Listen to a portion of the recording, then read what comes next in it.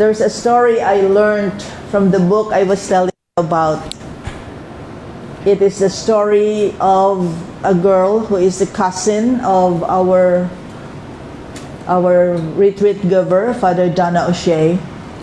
His cousin got sick and was in the hospital. Her weight went down to 30 kilos. And that's very, very, very thin, no? Weight went down so fast. She had cancer. She was very, very sick. But every day, her boyfriend would come to sit beside her, hold her hand, and in the evening would leave. And that is every day.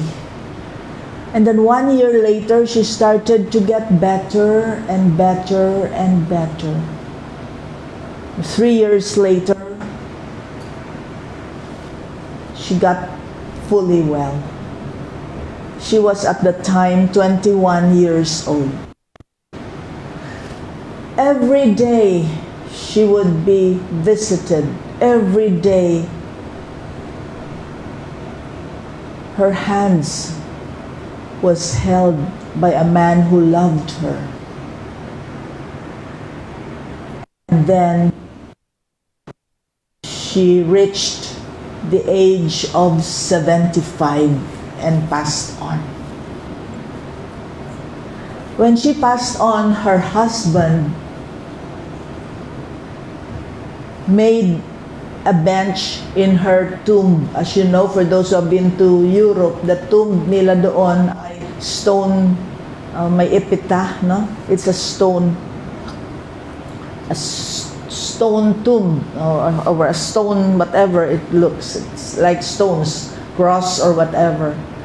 And in front of that, this guy made a bench.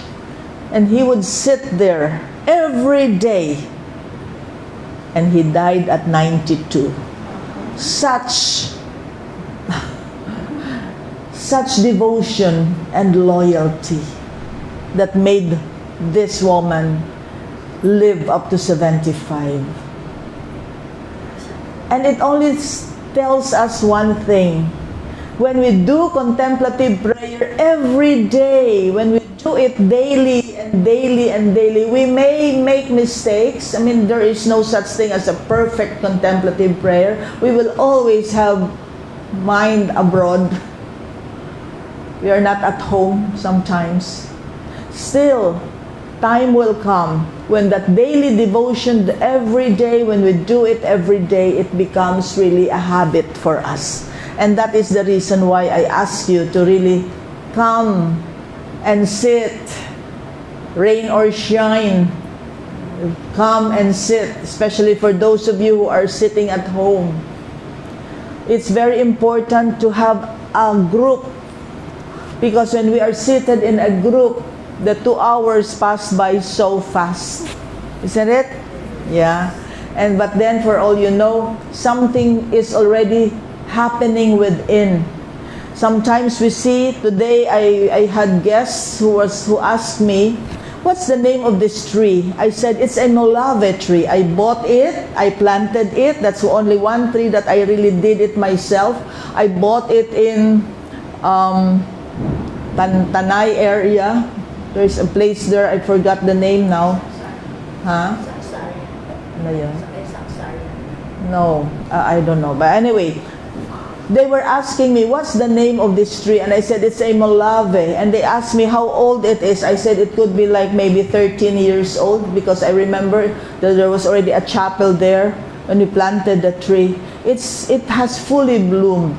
We just don't realize. It's a slow-growing tree, and yet ngayon napakalaki na. Ganon ang contemplative prayer sa atin. It's from a seed of a prayer in ourselves, and it grows with us without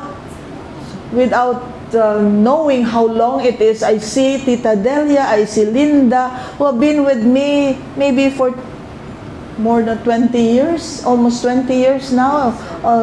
Also, kalbo pa si, si Esther at the time, no? Also, Madir here, I see, and Mila, especially Mila, I remember her calling me. I was in Tagum, I'll be operated, and I'm now at the Philippine Heart Center. I see you, I have goose hairs now because you've been with me through thick and thin.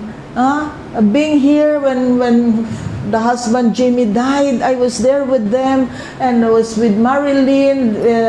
I have visited hospital, and I see Fred, and I see Lorraine. You know, sometimes we think parang kailan lang. Pero ang tagal na pala. Bakit kayo paulit-ulit? Hindi kayo magtatanong, bakit nawala na dito si ganito? Bakit nawala na dito? No, that is not the question to us. The question to us is, why am I still here? Why have I continued on?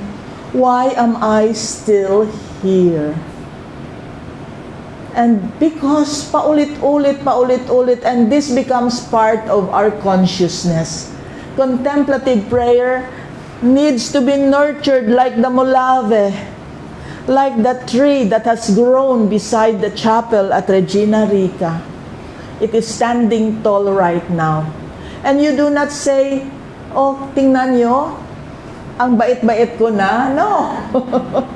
You cannot say, other people will say, ay, oo nga, ang laki na ng molave na ito, ano? Ang laki-laki na, parang kailan lang. No, other people will say, ay, ang tagal mo na pala sa contemplation. Buti lang magsabi sila na, ay, ang tagal mo na sa contemplation, bait-bait mo na. Sometimes, ay, ang sungit-sungit mo pa rin hanggang ngayon.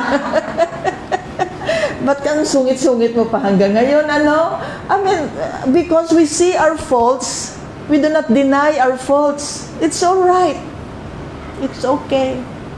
The name of that woman who lived up to 75 is Sue Roach. Buti may pangalan talaga, Sue Roach. And it is because of that story that has been told to me, Father Donna O'Shea, that we made benches all around. If you realize, if you have been in the Columbari, there are benches all over. The wife of Jojo went there yesterday. Jojo, who built Our Lady, Jojo died, no? He had a heart attack. And the wife, at least, no, nakita niya, dala siya ni Dina doon, nakita niya na may picture si Jojo doon sa upuan.